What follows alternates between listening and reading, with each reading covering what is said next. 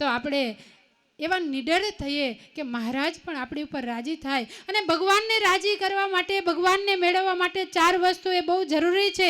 પર્વત જેવી અડગતા, સરોવર જેવી નિર્મળતા, નદી જેવી ગતિ અને બાળક જેવી નિર્દોષતા જ્યારે આપણામાં આવે ત્યારે સહેજે સહેજે મારા સહજાનંદ સ્વામી, મારા જબરેશ્વર હરિકૃષ્ણ મહારાજ એ આપણી ઉપર રાજી થાય.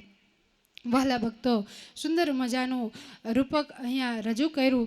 એ રૂપકને નિહાળી અને લાઈવ પ્રોગ્રામ નિહાળી રહ્યા છે છેક ઓસ્ટ્રેલિયાથી મીરાબેન ખાટુસુરિયા. એ 1001 રૂપિયા આ પ્રોગ્રામને નિહાળી અને પ્રોત્સાહિત ઇનામ આપે છે. વિલાસબેન રણછોડભાઈ નવી આખોલ 500 રૂપિયા. નવી આખોલ મહિલા મંડળ 1350 રૂપિયા. સ્મિતાબેન પટેલ કાણીસા 500 રૂપિયા. વસંતબેન દેડા 501 રૂપિયા. એક હરિભક્ત 151 રૂપિયા. સોનલબેન કડોદરા, તમે બધા થાકી ગયા? પ્રોગ્રામ આ લોકો કરે છે, બોલું છું હું, થાક તમને શેનો લાગ્યો છે? માટે જોરદાર તાલીઓથી આ બાલિકાઓને, યુવતીઓને વધાવો. સોનલબેન કડોદરા 500 રૂપિયા. વિરસદના સત્સંગી બહેનો 501 રૂપિયા. કોકિલાબા બાવડા 1100 રૂપિયા. ઉલ્લાસબા વણાર 500 રૂપિયા. જોરદાર તાલીઓથી આ પ્રોત્સાહિત કરનાર દાતાશ્રીઓને પણ આપણે વધાવીએ. વહાલા ભક્તો, આપણે આંગણે જ્યારે આટલા સાક્યોગી બહેનો પધાર્યા છે અને માનવંતા મહેમાનો પણ આપણા આંગણે જ્યારે પધાર્યા હોય ત્યારે સભામાં જે બહેનો બેઠા છે એમાંથી જયાબેન પટેલ એ અહીંયા હાર પહેરવા માટે આવશે. ચંદ્રિકાબેન બ્રહ્મભટ્ટ, જે અમારે સોમવારની સભા ચાલે છે એના માજી પ્રમુખ હતા. યુવતી સભાના 3 પ્રમુખ લક્ષ્મીબેન કચ્છી, ગીતાબેન ગોહિલ અને તૃપ્તિબેન બ્રહ્મભટ્ટ 3 પ્રમુખ એ આવશે, અહીંયા પુષ્પના હાર ગ્રહણ કરશે. વિમળાબેન તારાપુરવાળા, ભાવનાબેન ભાવિનભાઈ ભિવંડીવાળા, રેખાબેન રાજા પરિવાર, રમીલાબેન પીસી પટેલ. આ પરિવાર પણ એવો છે કે અમે જ્યારે કહીએ ત્યારે એ સેવા કરવા માટે તત્પર હોય. રીટાબેન શ્રીજી કંગનવાળા. વહાલા ભક્તો, જ્યારે જે બહેનોના અહીંયાથી નામ બોલાયા છે એ બહેનો સત્વરે અહીંયા હાર પહેરવા માટે આવશે. કવિતાબેન પટેલ, ચેતનાબેન બ્રહ્મભટ્ટ એ ઠાકોરજીનો પ્રસાદીનો હાર ગ્રહણ કરવા માટે આવશે.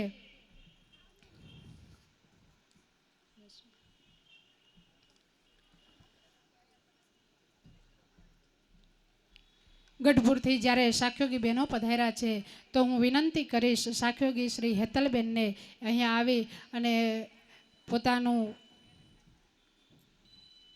અહીંયા આપણને સૌને આશીર્વાદ આપશે. તો સાક્યોગી શ્રી હેતલબેન ગઢપુર.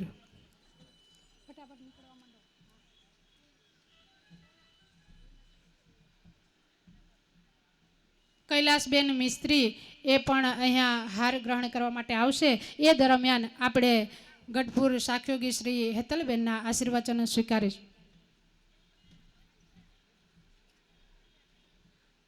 વર્ણિવેશરમણીય દર્શનમ મંદહાસરુચિરાનનાંબુજમ પૂજિતમ સુરનરોત્તમેર્મુદા ધર્મનંદનમહં વિચિંતે.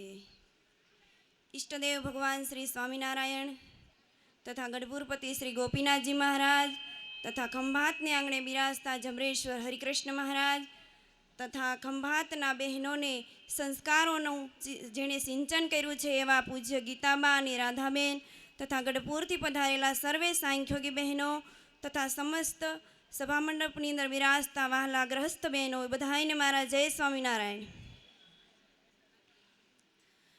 તમે બધા ખૂબ જ ભાગ્યશાળી છો કે તમને આટલા બધા બહેનોએ સરસ મજાના આશીર્વાદ આપ્યા. કોઈએ કહ્યું કે ભગવાનની મૂર્તિ હૃદયની અંદર રાખો, તો કોઈએ કીધું કે ભગવાન અને સંતનો રાજીપો લેવો તમારે. તો ભગવાન ક્યારે રાજી થાય? હમણાં નાની એવી બાલિકાએ કેવું સરસ સુંદર કીધું હતું કે ભગવાન કેવા છે? તો ભગવાન મોટા છે, પણ ભગવાનને હૃદયમાં રાખવા હોય તો શું કરવું જોઈએ? તો પહેલાં લક્ષ્ય નક્કી કરી રાખવું જોઈએ કે ભગવાન હૃદયની અંદર કેવી રીતે રહે. અને મહારાજે વચનામૃતમાં પણ એમ કહ્યું છે કે સર્વે સાધનની અંદર જો કોઈ કઠણ સાધન હોય તો એ ભગવાનની મૂર્તિનું જે ધ્યાન કરવું એ સૌથી કઠણ સાધન છે.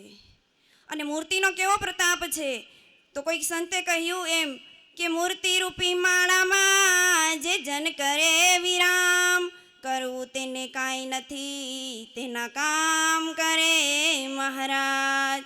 કે મૂર્તિ હૃદયની અંદર રાખો ને તો પછી આપણે કાંઈ કરવું ન પડે, ખુદ ભગવાન આવીને આપણા કામ કરી જાય. વડોદરાની અંદર એક વખત ગોપાળાનંદ સ્વામી અને મહાપુરુષદાસ સ્વામી એ સંતો હતા.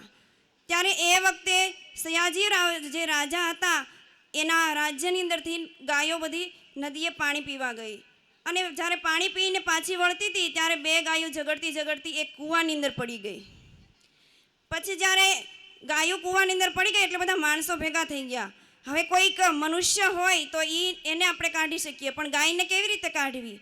તો કોઈક એમાં હરિભક્ત હતા, એણે વાત કરી બીજાને કે તમે જઈ અને જલ્દી ગોપાળાનંદ સ્વામીને મંદિરની અંદર જઈને વાત કરો તો એ કંઈક કરશે એમ. એટલે એ હરિભક્ત હતા, એ મંદિરે જઈ અને સ્વામીને વાત કરી. એટલે સ્વામીએ તરત મહાપુરુષદાસ સ્વામીને કીધું કે સ્વામી તમે જાઓ અને તમે કામ કરો.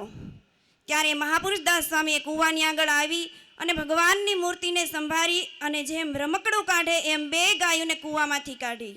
પણ એ શેને પ્રતાપે? ભગવાનની મૂર્તિને પ્રતાપે. પણ જો ભગવાનની મૂર્તિ હૃદયની અંદર રાખવી એ કોના હાથમાં છે? તો આપણે ભગવાનને હૃદયમાં રાખવી તો ભગવાન આપણા કામ કરે. પણ ભગવાનને રાખવી નહીં પછી આપણે એમ કહેવી કે નહીં મારે અક્ષરધામની અંદર જવું છે, પણ કાંઈ સાધન કર્યા વગર આપણે ભગવાનના ધામમાં જવાશે?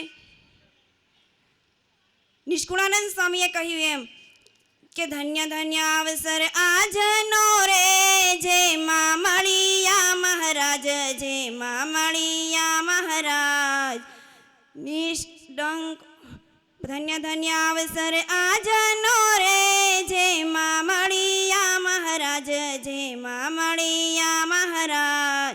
નિષ્કુળાનંદ ડંકો જીતનો વાગી ગયો છે આજ, વાગી ગયો છે આજ. ભાગ્ય જાગ્યા આજ જાણવા કે આજ તો આપણા પુણ્ય ઉદય થયા છે કે આવી સરસ કથાનો આપણને લાભ મળે છે. અને આ તમારે તો ખંભાતની આગળ કેવા મોટા જબરા હરિકૃષ્ણ મહારાજ છે કે તમે જબરા સંકલ્પ કરો એટલે તમારા જબરા સંકલ્પ એ પૂર્ણ કરે. અંતમાં ગઢપુરપતિ શ્રી ગોપીનાથજી મહારાજ અને હરિકૃષ્ણ મહારાજના ચરણોમાં પ્રાર્થના કરું કે બધાને સર્વ પ્રકારે ને સર્વ રીતે સુખ્યા કરે. અસ્તુ. જય સ્વામિનારાયણ.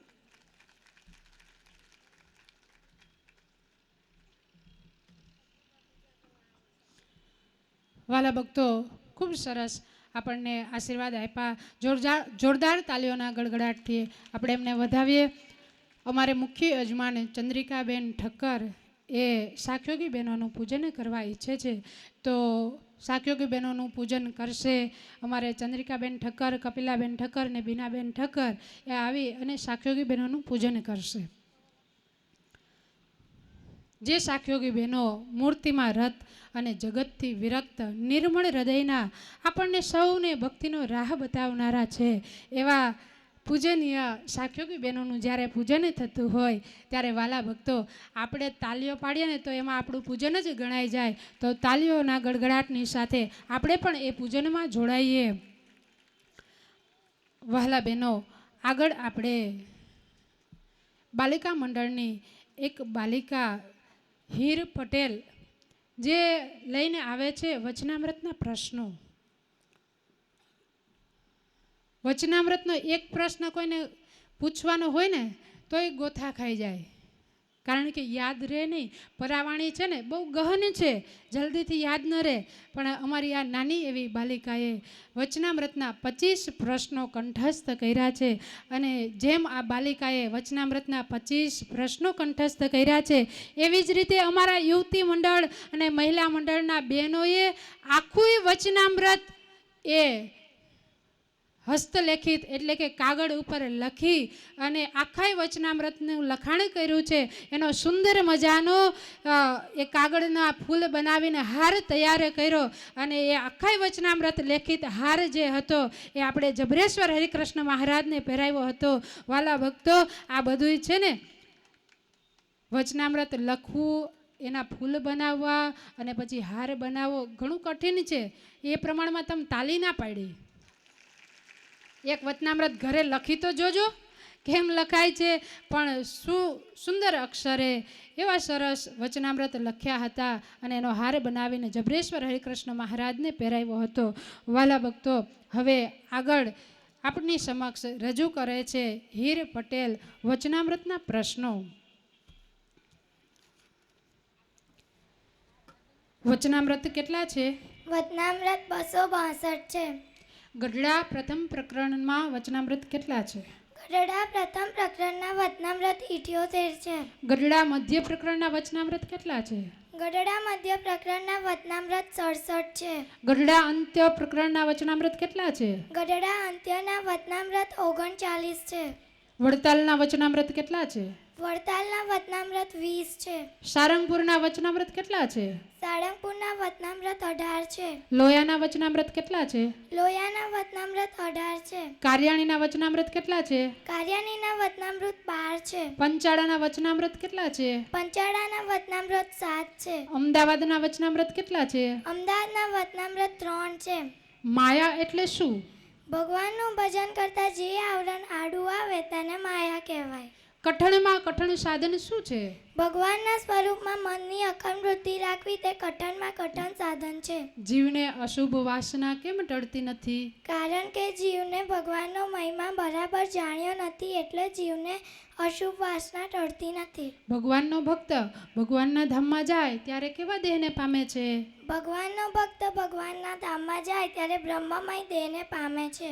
મહારાજે કેવા શાસ્ત્ર વાંચવાનું અને સાંભળવાનું કહ્યું છે? મહારાજે સાકાર પ્રણાનું પ્રતિપાદન કર્યું હોય તેવા શાસ્ત્રો વાંચવાનું અને સાંભળવાનું કહ્યું છે. ભગવાનની મૂર્તિને શેની ઉપમા આપી છે? ભગવાનની મૂર્તિને ચિંતામણીની ઉપમા આપી છે. ભગવાનના ભક્ત